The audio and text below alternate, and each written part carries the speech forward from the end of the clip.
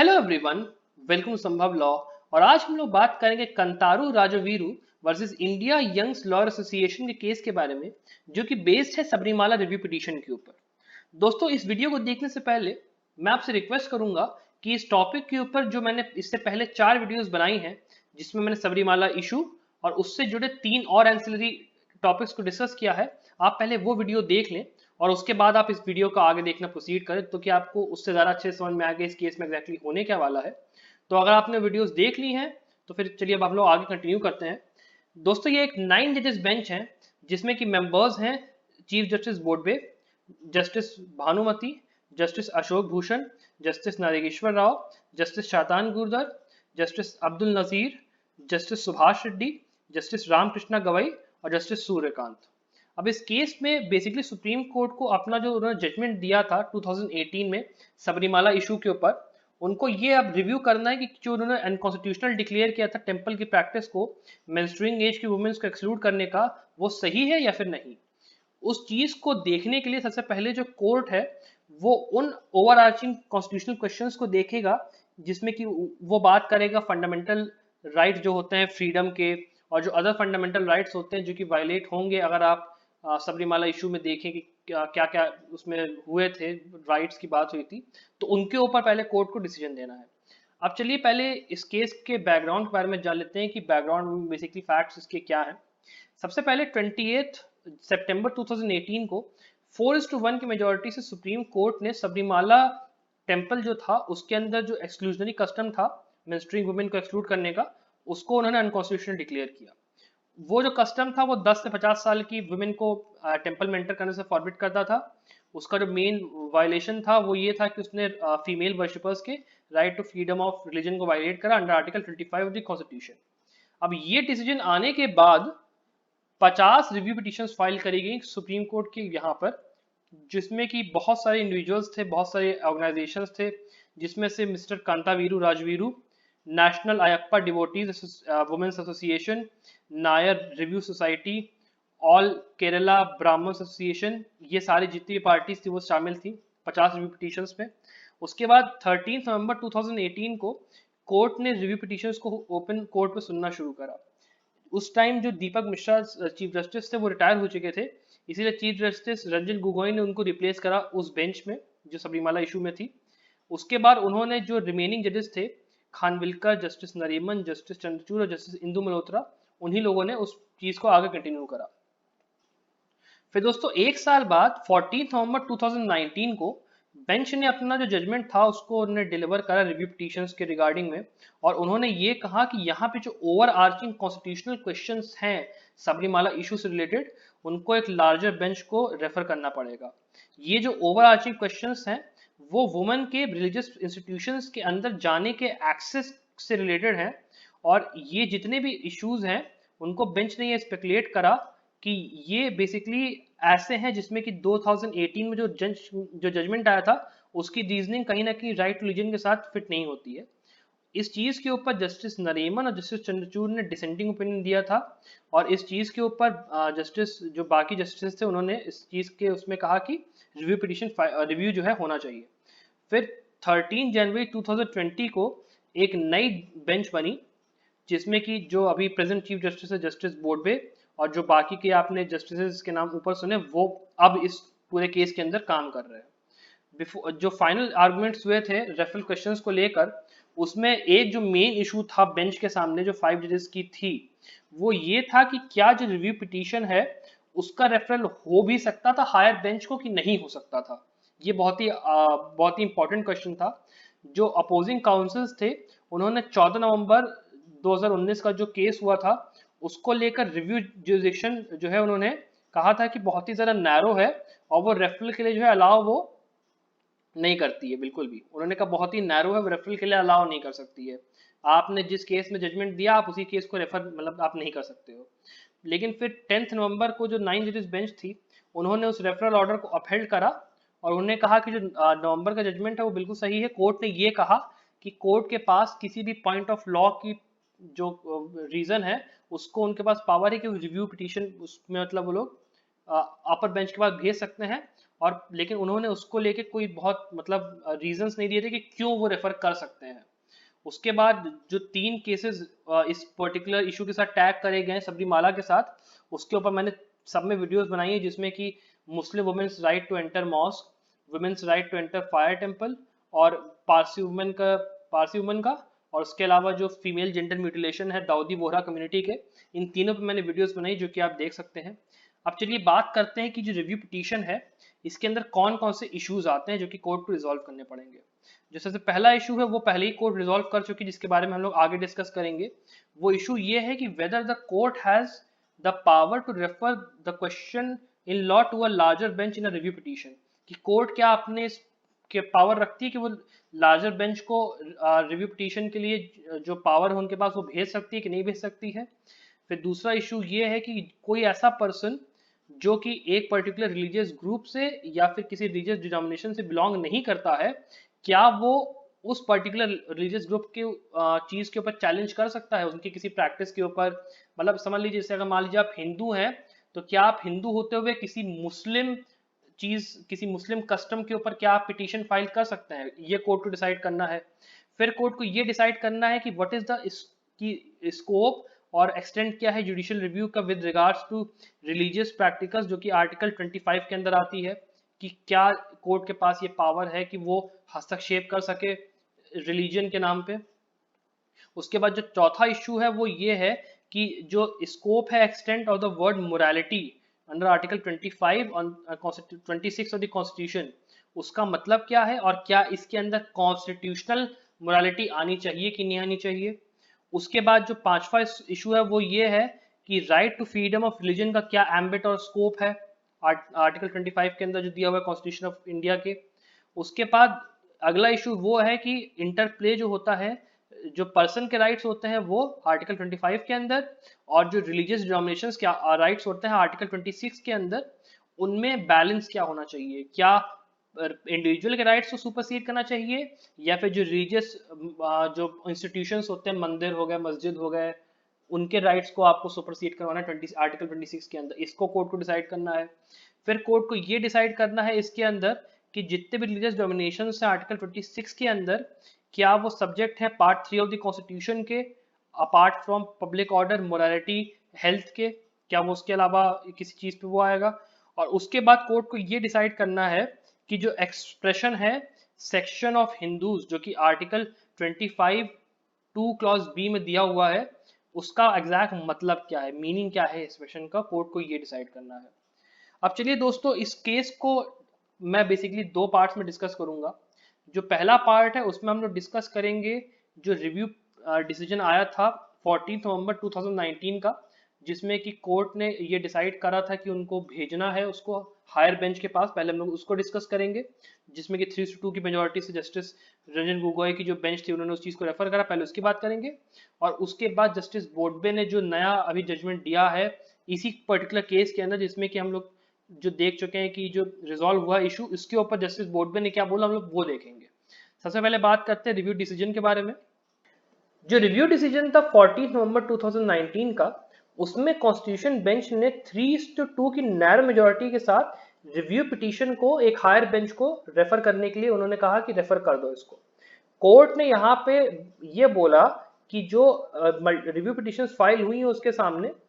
उनके अंदर जो बातें ये कही गई कि जो जजमेंट था 2018 का, उसके अंदर बहुत सारे अपरेंट एरर्स हैं, इसीलिए इस पूरी चीज को उठोकर उनको रिव्यू करना पड़ेगा। उन्होंने कहा कि जो लेटेस्ट जजमेंट है उसके अंदर जितनी भी लीगल बैटल है ना, वो अभी फॉरसिबल फ्यूचर के लिए जिंदा रहने वाली है। लेकिन कोर्ट ने ये कहा कि भले इस चीज को हम लोग रिव्यू कर रहे हैं, ये जो पर्टिकुलर चीज है 2018 का जजमेंट, वो अभी इफेक्ट में रहने वाला है, वो कहीं नहीं जाने वाला। एक बार जो हो गया सो हो गया। यहाँ पे जो मेजोरिटी डिसीजन था उसके अंदर जस्टिस रंजन गोगोई ने अपने बिहाफ पर और जस्टिस खानविलकर और जस्टिस इंदु मल्होत्रा के बिहाफ पर मेजोरिटी जजमेंट दिया। उन्होंने ये कहा कि जो कोर्ट है उसके पास ये काम नहीं है कि जो पिटिशनर्स ने नैरो ग्राउंड्स बताए रिव्यू करने के 2018 के जजमेंट को, उसके ऊपर वो रीजनिंग दे। ये रीजनिंग जो लार्जर बेंच है वो देगी कि क्यों उस पर्टिकुलर चीज को रेफरेंस में डाला गया, क्यों इस चीज को रिव्यू किया गया। ये लार्जर बेंच डिसाइड करे कि इनका काम नहीं है डिसाइड करना। जो क्वेश्चंस हैं कॉन्स्टिट्यूशनल क्वेश्चंस, जो कि राइट रिलीजन को परटेन करते हैं सबरीमाला इशू के ऊपर, वो बाउंड है कि वो आएंगे आगे के डिसीजंस के अंदर, इसीलिए इसको जो है हम लोग को लेके चलना पड़ेगा फॉर फ्यूचर रेफरेंसेस। उन्होंने कहा मेजोरिटी रैशनल में कि जो भी बेंचेस हैं इसके आगे, जैसे मान लीजिए मुस्लिम वुमेन के राइट्स के बारे में बात करती हो, या पारसी वुमेन के जो फायर टेम्पल में जाने के राइट्स हैं, वो इन फ्यूचर जो है जरूर सबरीमाला इशू का जो जजमेंट है उसको वो लोग रेफर करेंगे। और जब वो लोग रेफर करेंगे तो उसमें कंफ्यूजन क्रिएट होगा, तो उस कंफ्यूजन से दूर रहने के लिए जरूरी है कि इसको एक लार्जर ओपिनियन के पास भेजा जाए, लार्जर बेंच के पास। इसके अंदर फिर जस्टिस आरिफ नरीमन ने अपने बिहाफ पर और जस्टिस दीवा चंचूड़ के बिहाफ पर डिसेंटिंग ओपिनियन दी, और उन्होंने ये कहा कि जो बेंच है इस वक्त 5 जजेस की, उसके पास ये नहीं अधिकार है कि वो जो है ये डिसाइड करे कि इसको रेफरेंस के लिए भेजना है या फिर नहीं भेजना है। वो एक जो विंडो था वो बहुत ही नैरो था, उनका काम था केवल ये डिसाइड करना सबरीमाला में क्या हुआ क्या नहीं हुआ, बस। उसके बाद अब चलिए ये पहले बात कर लेते हैं मेन बात कि क्या क्या वो मेन पॉइंट्स थे जो कि मेजॉरिटी जजमेंट ने कहे थे इस पर्टिकुलर केस में। जो मेजॉरिटी ओपिनियन था वो सबसे पहले ये कहती है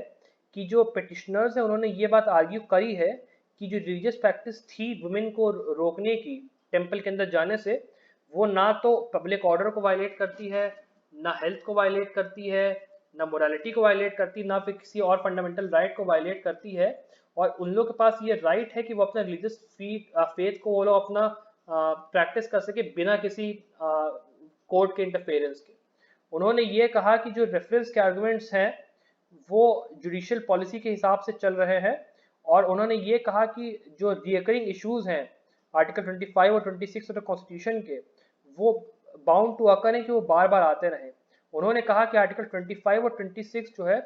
वो इंडिविजुअल्स के और डिनोमिनेशंस के उसके राइट्स की बात करता है, और इनमें जो कन्फ्लिक्ट है उसको रिजॉल्व करने की बहुत ज़्यादा ज़रूरत है। उन्होंने कहा कि इन रिकरिंग इश्यूज को सॉल्व करने के लिए एक लार्जर बेंच को बनाना ही पड़ेगा जो कि 7 जजेस से ज़्यादा है। उन्होंने ये कहा कि जो जुडिशियल डिसिप्लिन है, जो प्रोप्राइटरीशिप है सुप्रीम कोर्ट की, उसको मेंटेन करने के लिए ये चीज़ बहुत ज़रूरी है कि हम लोग एक लार्जर बेंच बनाएं। उन्होंने ये ऑब्जर्व करा कि जो आर्टिकल 145 क्लॉज 3 है, जिसमें की रिक्वायरमेंट है कि 5 से ज़्यादा जजेस की ज़रूरत पड़े किसी भी सब्सटैंशियल क्वेश्चन ऑफ लॉ को डिसाइड करने के लिए, उस चीज़ को ध्यान में रखते हुए हम लोगों को यहाँ पर देखना पड़ेगा कि कैसे काम चल रहा है। उन्होंने कहा कि जो मेजॉरिटी जो बेसिकली उसने ये कहा कि जो एडजुडिकेशन है कॉन्स्टिट्यूशनल क्वेश्चंस का, उसको अगर आप एक 5 जजेस के पास भेज रहे हैं, वो तभी तक ठीक है जब तक जो कोर्ट की संख्या है वो 7 जजेस की थी, क्योंकि जब देश आज़ाद हुआ था, जब सुप्रीम कोर्ट बना था, तब केवल 7 जजेस थे, और अब जो है जो जजेस की संख्या है वो है 34। तो 34 जजेस के उसमें कम से कम एक ऐसी बेंच होनी चाहिए जो कि 7 जजेस की उससे ज़्यादा की हो, ताकि वो कायदे से इस चीज़ को डिसाइड कर पाए कि जो जजमेंट दिया जाए वो सही हो और एक अथॉरिटेटिव प्रोनाउंसमेंट हो, और वो प्लुरैलिटी ऑफ व्यूज़ को भी मतलब वो ध्यान में रख सके कि जितने भी देश में लोग हैं उनके सारे के सारे व्यूज़ को कंसिडरेशन रखते हुए कोर्ट अपनी ओपिनियन दे, तभी यहाँ पे लार्जर बेंच की ज़रूरत है। उन्होंने फिर ये भी कहा कि अगर एक लार्जर बेंच के पास ये जाता है, जितने भी सब्सटैंशियल क्वेश्चन ऑफ लॉज हैं, तो उसमें ये पॉसिबिलिटी है कि जो मुस्लिम और पारसी वुमेन की एंट्री है और जो फीमेल म्यूटिलेशन वाला केस है, वो ओवरलैपिंग इश्यूज हैं। वो तो मतलब जितने भी इश्यूज होंगे सुप्रीम कोर्ट उसको जब भी डिसाइड करेगा तो वो 2018 वाला जो जजमेंट है सबरीमाला को उसको लेगा। तो हो सकता है कि इन फ्यूचर उस चीज़ को लेके कुछ ना कुछ कंफ्लिक्ट हो, और अगर इस पूरे चीज़ के लिए एक 9 जजेस बेंच का डिसीजन या 7 जजेस बेंच का डिसीजन आता है, तो कंफ्लिक्ट ही क्लियर हो जाएगा वंस एंड फॉर ऑल कि होना चाहिए या फिर नहीं होना चाहिए कोर्ट का हस्तक्षेप किसी भी पर्टिकुलर चीज़ में। इसके अंदर उन्होंने पूरी ओवरलैपिंग इश्यूज को उन्होंने बेसिकली मैप आउट करा कि क्या क्या है, जैसे कि आर्टिकल 25, आर्टिकल 26 और आर्टिकल 14 का जो ओवरलैप है वो, फिर जो स्कोप है पब्लिक ऑर्डर का, मोरालिटी और हेल्थ का आर्टिकल 25 क्लॉज 1 में, फिर जो मीनिंग है मोरालिटी के आर्टिकल 25 क्लॉज 1 आर्टिकल 26 में,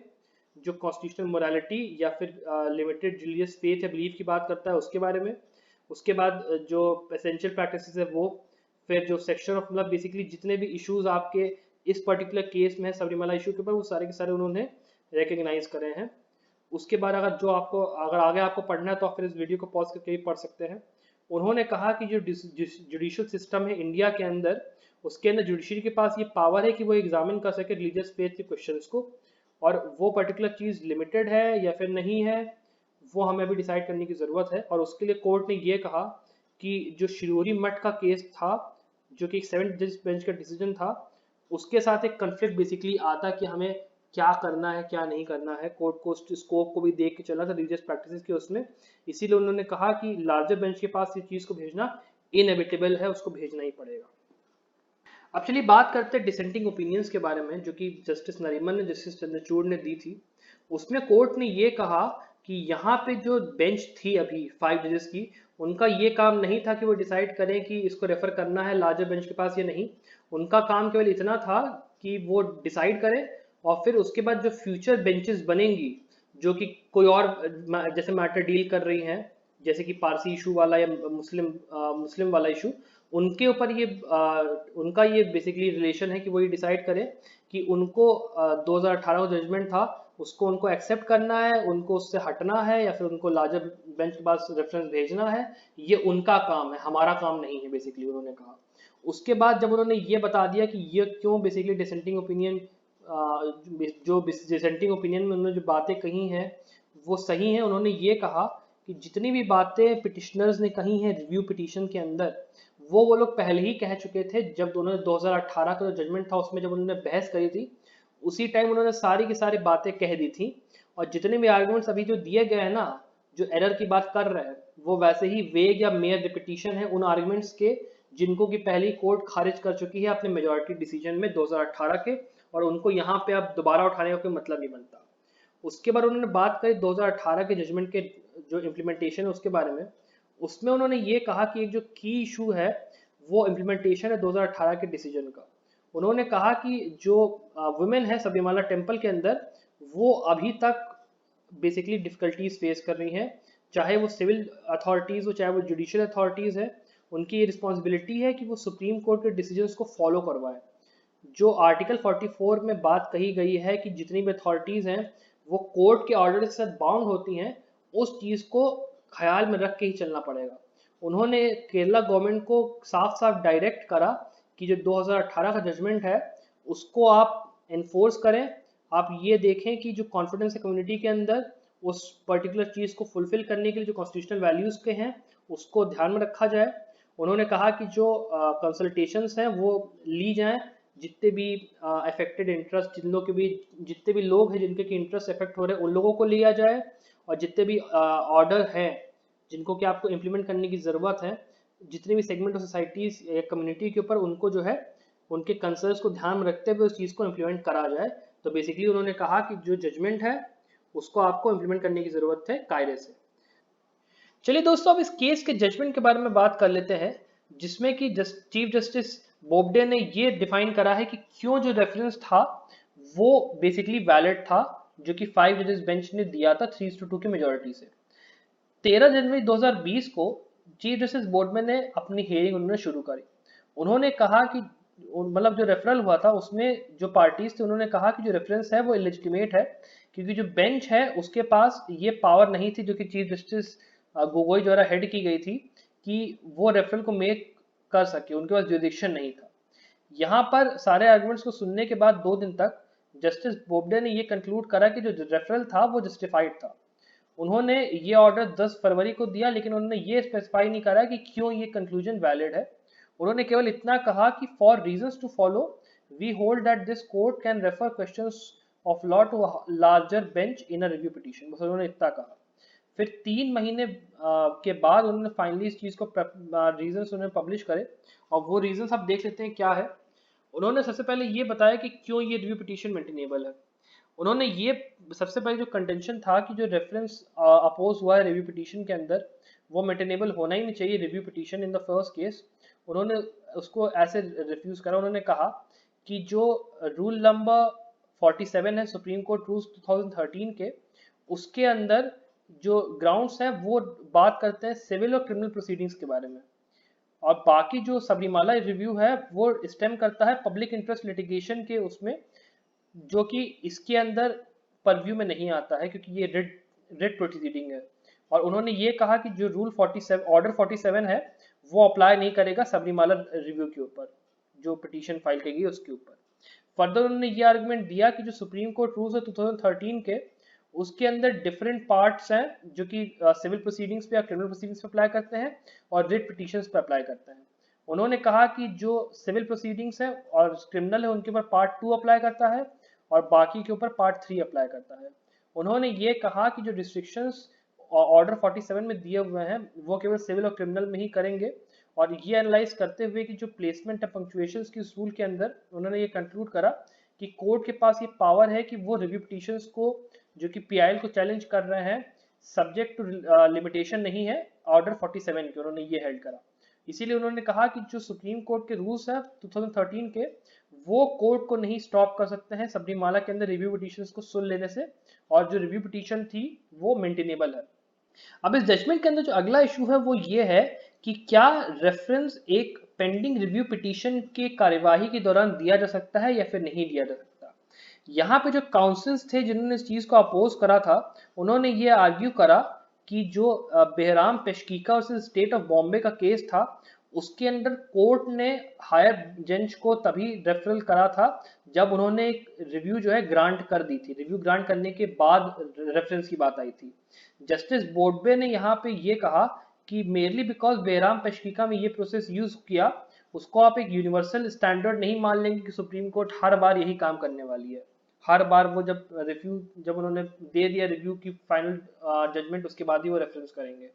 उन्होंने इस चीज पे एम्फसाइज करा कि जो ऑर्डर 6 रूल 2 है सुप्रीम कोर्ट रूल्स का, उसके अंदर ये स्टेट किया जाता है कि जो रेफरेंस है वो इन कोर्स ऑफ और इन प्रोसीडिंग जो है किया जा सकता है किसी भी केस के। उन्होंने 10 ये कहा कि जो कोर्ट है वो एम्पावर्ड है रिव्यू प्रोसीडिंग्स के दौरान रेफरेंस करने के हायर बेंच को। उसके बाद जो अगला इशू है वो ये है कि क्या आर्टिकल 14 के अंदर जो कंप्लीट जस्टिस करने की पावर है वो कैसे यहाँ पे यूज में आएगी। उन्होंने ये कहा जस्टिस बोबडे ने कि जो कोर्ट के पास वास्ट पावर है वो आर्टिकल 142 के अंदर आती है, उनको मिलती है। यहाँ पर कोर्ट के पास ये पावर होती है कि वो कंप्लीट जस्टिस करने के लिए किसी भी कॉज या मैटर में जो कि उसकी पेंडिंग है उसके लिए वो कोई भी इशू उठा सकती है किसी भी उसमें। जस्टिस बोबडे ने ये कहा कि जो टर्म है कॉज और मैटर वो इतने ब्रॉड इनफ है कि उसके अंदर रिव्यू पिटिशंस भी इंक्लूड हो सकते हैं। और जो इशू था सबरीमाला का रिव्यू पिटिशन का, उसमें कंप्लीट जस्टिस करने के लिए कोर्ट के पास ये पावर है कि वो रिव्यू पिटिशन के जो प्रोसीडिंग्स चल रही उसके अंदर वो रेफरेंस कर सके। उन्होंने ये रीजन दिया कि जो रेफरल था वो कंप्लीट जस्टिस के इंटरेस्ट में था, इसीलिए उसका जो रिजॉल्व था वो इंपॉर्टेंट क्वेश्चंस को रिजॉल्व करना था, कॉन्स्टिट्यूशनल जो थे। फिर इसके अंदर जो अगला इशू था वो था कि ये जो पूरा का पूरा रेफरल था उसके अंदर केवल प्योर क्वेश्चन ऑफ लॉ की बात की गई थी और उसके अंदर कोई भी जो फैक्ट्स थे जो कि ये बता सकें कि क्यों उस चीज को हम लोग को रिव्यू करना है वो एब्सेंट था। यहाँ पे जो काउंसिल्स थे जिन्होंने इस चीज को अपोज किया था उन्होंने कहा था कि जो कोर्ट है उसके पास जुरिडिक्शन ही नहीं है। एब्स्ट्रैक्ट थ्योराइज करते हुए उन्होंने central bank of India versus workman को उन्होंने साइड करा। यहाँ पे जस्टिस बोबडे ने ये कहा कि जो आर्गुमेंट है वो होल्ड नहीं करता है ग्राउंड। उन्होंने कहा कि जो कोर्ट है उसके लिए ये जरूरी नहीं है कि कोई स्पेसिफिक फैक्चुअल सिनेरियो हो जहां पे वो किसी अथॉरिटेटिव इंटरप्रिटेशन को दे रही कॉन्स्टिट्यूशन प्रोविजन के, जब उसको रेफर करना है तो वहां पे कोई फैक्चुअल सिनेरियो हो, ये जरूरी नहीं है। उन्होंने कहा कि जो कोर्ट है उन्होंने इंदिरा सहानी के जो जजमेंट था उसके अंदर भी यही काम किया था कि जब रेफरल उन्होंने कहा तो उन्होंने ये कहा कि कोई जो लीगल पोजीशन उनको सेटल करनी है रिजर्वेशन को लेके, उसके अंदर भी सेम काम कोर्ट ने किया था कि भले उनके पास कोई फैक्चुअल ग्राउंड नहीं था सच वो करने के, लेकिन उनको जो कि कॉन्स्टिट्यूशनल क्वेश्चन सेटल करना है तो वो ये यहाँ पे काम कर सकते हैं। उन्होंने फिर बाद में टीएम पाई फाउंडेशन को साइड करा आर्टिकल 30 क्लॉज 1 के उसमें, और के एस पुट्टा स्वामी को भी साइड करा था राइट टू प्रिवेसी वाले, इस चीज को कहने के लिए कि जो प्योर क्वेश्चन ऑफ लॉ है जिसमें कि फैक्चुअल वैक्यूम है उसके अंदर भी कोर्ट अपनी अथॉरिटी को एक्सरसाइज कर सकती है। अब इस केस के अंदर जो फाइनल इशू था वो ये था कि आर्टिकल 145 क्लॉज 3 का इंटरप्रिटेशन किस तरीके से किया जाना चाहिए। आर्टिकल 145 क्लॉज 3 ये स्पेसिफाई करता है कि किसी भी कॉन्स्टिट्यूशनल मामले को सुनने के पहले, जो कि इंटरप्रिटेशन की बात करता है कॉन्स्टिट्यूशन के, जो कि सब्सटैंशियल क्वेश्चन ऑफ लॉ को इन्वॉल्व करेगा, उसके अंदर मिनिमम नंबर ऑफ जजेस 5 होने चाहिए। उसके बाद जो प्रोवाइजो है इसका वो क्लेरिफाई करता है कि जो लार्जर बेंच है जो इस चीज को सुन रही है वो कोर्ट हियरिंग एंड अपील होनी चाहिए। मतलब एक बार केस फाइल हुआ फिर उस चीज को रेफरल उस चीज को रेफरल देने के लिए किसी हायर बेंच का, उसके अंदर आपको एक कोर्ट ऐसी चाहिए जो कि 5 जजेस से ज्यादा का, मतलब 5 जजेस या उसके ज्यादा का बेंच हो, और जो कि एक अपील को सुन रही हो अपने खुद के जजमेंट का, जो कि लोअर बेंच का है। यहाँ पर जो काउंसिल्स थे उन्होंने ये कहा कि जो कि अपील प्रोसीडिंग्स चल नहीं रही थी, रिव्यू प्रोसीडिंग्स चल रही थी, तो यहाँ पे जो कोर्ट का डिसीजन है वो गलत है। लेकिन जस्टिस बोबडे ने इस चीज को भी कहा कि ये नहीं है, क्योंकि जो बेंच था जो कि रेफरल कर रहा था बेसिकली वो 5 जजेस से कम का तो था नहीं। भले रिव्यू पिटीशन की वो चल रही थी, कोर्ट के पास ये पावर है कि वो जो है यहाँ पे कर सकती है अपना अपना मतलब जजमेंट दे सकती है। और उन्होंने कहा कि 145 क्लॉज 3 जो है यहाँ पे अप्लाई ही नहीं करेगा, क्योंकि ये जो पूरा केस था ये 5 जजेस की बेंच की तरफ सुना जा रहा था, और इसके आगे जितनी भी प्रोसीडिंग्स हैं वो फुल कैपेसिटी में कोविड-19 लॉकडाउन के बाद बेसिकली शुरू होंगी। Thank you so much for watching this video. दोस्तों, अगर आपको ये वीडियो पसंद आया तो प्लीज़ इस वीडियो को लाइक करिए, शेयर करिए, और अपने दोस्तों में भी इस वीडियो को सर्कुलेट करिए ताकि उनका भी थोड़ा सा हेल्प हो सके। ये जो वीडियो थी ये सबरीमाला इशू के ऊपर जो फाइनल इशू है उसके ऊपर ये फाइनल वीडियो है। तो ये वीडियो देखने के पहले आप सारी वीडियोस अगर देख चुके हैं तो फिर वेल एंड गुड, नहीं देखी तो आप जाके उन वीडियोस को भी देखिए ताकि आपको ये इशू और अच्छे से समझ में आ सके। And thank you once again for watching this video.